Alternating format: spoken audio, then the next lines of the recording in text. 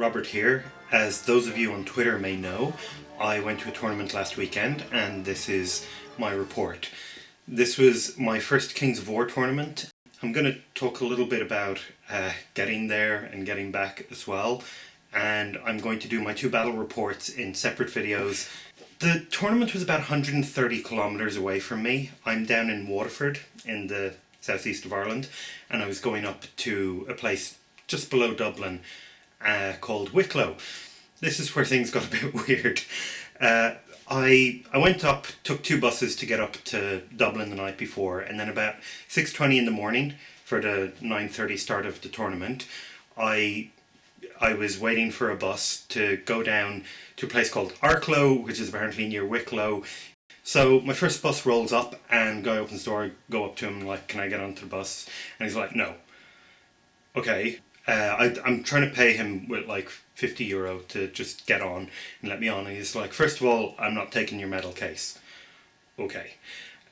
Secondly, I don't have change, so I'm not taking your €50, so you can't take the bus. Right. Okay. So I say to him, well, like, right, well, how are you taking people on the bus? And he's like, well, I don't have any change and everyone has €50 notes, so I've got one guy on here, can't take him properly, I'm going to have to find change from somewhere, and yeah, so I'm like, I can't take anyone on the bus. Okay, so I'm like, right, if I put my case down below, will you let me on? He's like, I can't take €50 note. Okay, what can I do to get on the bus? He's like, well, I'm going to be going by an ATM in about 10 kilometres. If you run off and get change and then come back on, I can give the other guy change and then I'll let you on the bus. So, okay, fine. I just wait on the bus next to this bus driver who's clearly having as bad a day as I am already, and just chat to him and go out and go get the ATM money. So that's, fine, and he's actually really nice to me by the time I get to the end. So he's like, okay, yeah, you need to go on this bus here. It's not clear what side of the road the other bus comes to. So at this point, I've gone up to Dublin, I've gone down halfway back to Waterford, and now I have to go a quarter of the way up again with this other weird random bus. And he's like, you probably have to get the bus across the road, but I'm not sure. And I'm like, there's no stop. And he's like, no, it's around the corner and down a bit. Okay, right, fine. So I get off and I start asking around, like, about this other bus stop that's across the road, and if that's the one that goes to Wicklow. And I'm looking around Arklow, and Arklow's a weird, like, stereotypical Irish kind of like in the middle of nowhere town. It's not even that far from Dublin, so it should be like a town, but I don't know what's going on, and people are a bit weird. So I find one guy who doesn't look weird, so I go up to him and I'm like, do you know where I get the bus to Wicklow? And he's like, oh yeah, it's definitely on the other side of the road. I'm like, okay, great. So I get to the bus stop, and then these two weird guys turn up, which I think I saw before, which is why I think the town is weird. And I asked them what's going on and what bus to get on, and they're like, it wasn't the accent that was the problem. I think they were afraid of talking to me or something. It was a bit Twilight Zone. Anyway, so I'm waiting there, and then a bus comes out of a street that I didn't even know was anything but an alley, and it turns out to be like a big bus like the one I'm looking for. So I managed to run across after the bus, and the bus goes to the stop that I decided not to wait at and slows down for a couple of seconds, and I'm running after it, and it's not like the bus driver doesn't see me, and he just starts to drive off without even stopping at stop. So I'm like, okay, shit. Right, so I just go, okay, let's hope that wasn't my bus. I'm on the other side of the road, and I'm waiting, and these kind of weird guys, and then a couple with their baby are waiting there.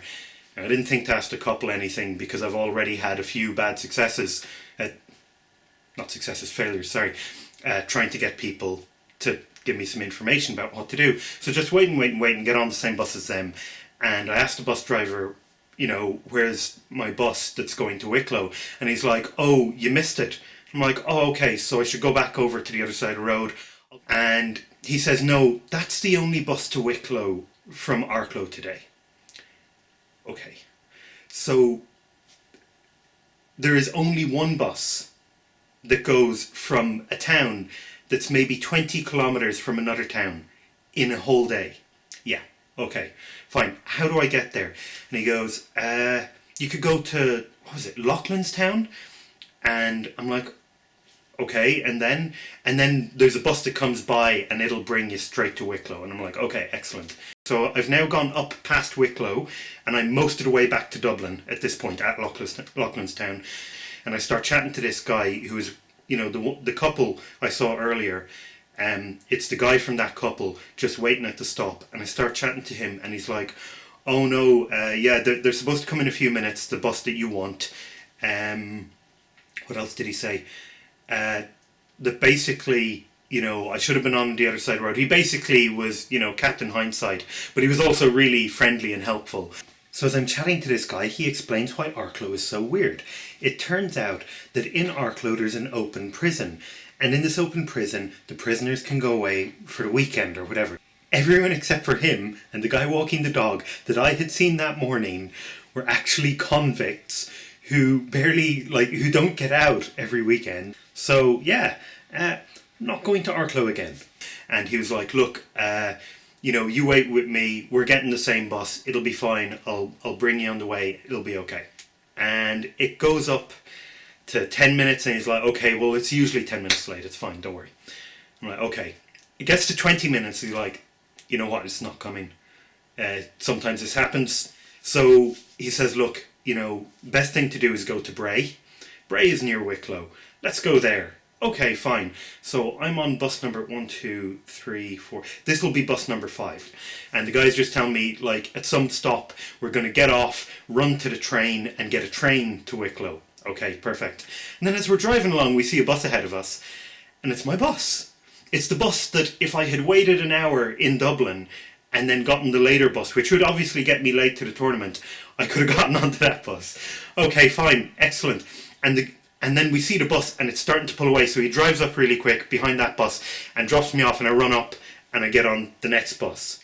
Your man who was helping me, he runs up to the bus and gets me on the bus and makes sure I'm there before going off and doing his own thing, which was fantastic. So I'm on the bus, and at this point it's about 9:40 and sign up for the tournament starts at 9:30. And I'm messaging the tournament organizer trying to explain what's happened, and I'm just arriving into Wicklow and I get a message on my phone and this tournament organizer saying, that's great, see you soon. And I'm like, oh, fantastic. So I get off, but I get in and I run in with my cases and I run into the event, and the guy's like, okay, great, we're just doing the draw, we started a bit late. I'm like, oh, fantastic. He's like, unfortunately, one of the guys didn't turn up, and you know, you're the last player here, so you might not get a game. And I'm like, oh, okay. That the guy who is running the Frostgrave event downstairs didn't turn up, and he needed an organizer to actually be at Frostgrave, so he couldn't play me. So I ended up just arriving, actually managing to get there on time after all these buses, and there was no game for me for game 1. So I just wandered around, chatted to the different players, and just tried to relax and have a bit of food. And I had a good time, you know, got to introduce myself to a few of the lads. Most of them were from Northern Ireland and really friendly, and they were fine with me just, you know, peeking into the games and hanging out, you know. There was one guy who also had an undead army, and his opponent, which ended up winning Best Sports. It was really nice of both of them to kind of include me a bit in their game, you know. And yeah, so that was that. And then, of course, we went to the pub afterwards to have a bit of a rest. And they got their pints, I don't drink, and just hung out with them. So that's the end of, you know, my getting there, obviously. And everyone in the tournament was just hanging out in the pub and chatting. And since all of us were there, we decided to start a bit late, and then we started a bit later. I went off wandering, looking for food, and we ended up getting back around the same time the guys who were having their pints got back.